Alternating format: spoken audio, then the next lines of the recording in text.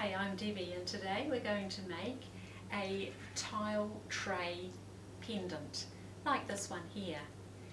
This one we've done is in a silver round tray. They also come in bronze, and copper and gunmetal, and they come in different shapes as well.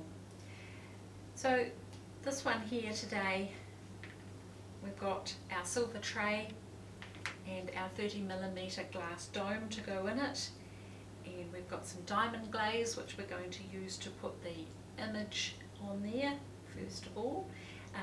We're just using our small bottle of diamond glaze today. It also comes in larger bottles which are all available on our website. The image that we're using today for this project, we've just taken some scrapbooking paper and we're going to just centre our glass dome in the middle there of that image and create that. So just move these things aside so we've got some room to work. And the first thing we do is take our diamond glaze, but just be very careful not to get air bubbles in it, so don't shake it around. And then on the image itself, it's best not to cut it out, but just leave it as one full sheet. Just where we're going to pop that glass, we want to put in a daub of diamond glaze, about half the size of our glass tile. We then take our glass dome, just pop it on that diamond glaze. I've got quite a few bubbles in this one, but we'll very soon get rid of those. And how we do that is to just twirl it around, just little circles, and that moves away those bubbles. You can feel it gliding on there like a little bit of a hovercraft. So just keep working it into that glue, and then make sure that you get exactly the right spot that you want it to stay in. Wiggle it into place, give it a firm press, and then just leave it alone so that that bonding process can start. We want to leave that for a minimum of 2 hours. Ideally overnight would be perfect.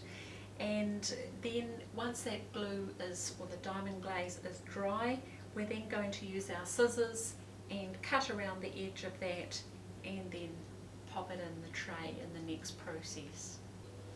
It's been 2 hours now, and on our piece of scrapbooking paper we can see that our diamond glaze is all set clear and is hard enough for us to be able to cut our circle out.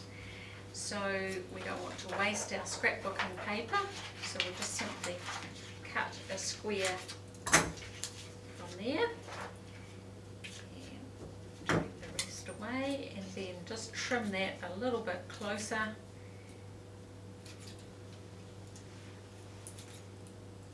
And then just work right around it very carefully. With circles, it's a good idea to try and keep your scissors perpendicular to your glass. Where we were working with square or rectangle shapes, I suggested that you actually use your scissors on a bit of an angle. With these, you really want to keep them at a 90-degree angle to the edge of the glass, because it can be slightly more challenging getting the circular shape correct. I always cut from the top looking down, because at the end of the day that is what you were going to see in your piece. So there is our piece there now, all ready to go into our silver tray.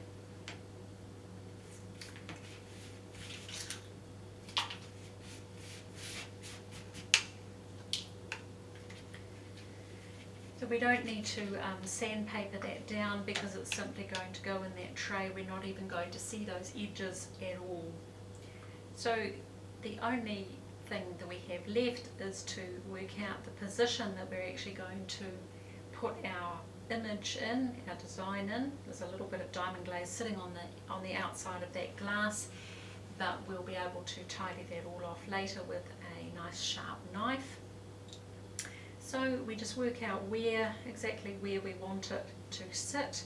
I'm going to put mine that way around.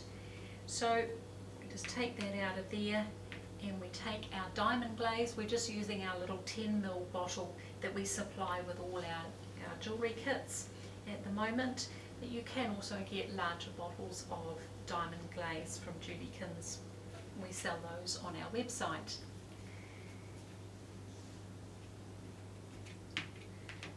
So what we do is we just simply dot little bits of diamond glaze in our tray there, and then line up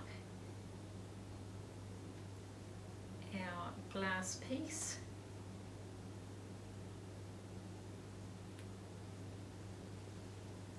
Just give it a little wiggle around there so that it sets itself into that diamond glaze, and make sure that it's centered. You'll have a tiny little gap right on the very edge of that glass, so try and move it so that that gap is even all the way around. And once you've got it in the right place, just give it a good firm push down to start that bonding process with the diamond glaze. And you're all ready now to just tidy off the edges with a glass, with a sharp knife, and you can use a snake chain or a leather choker, or in my case here I'm stealing a little wire choker from another piece, and we'll put that on there all ready so that we can wear that in about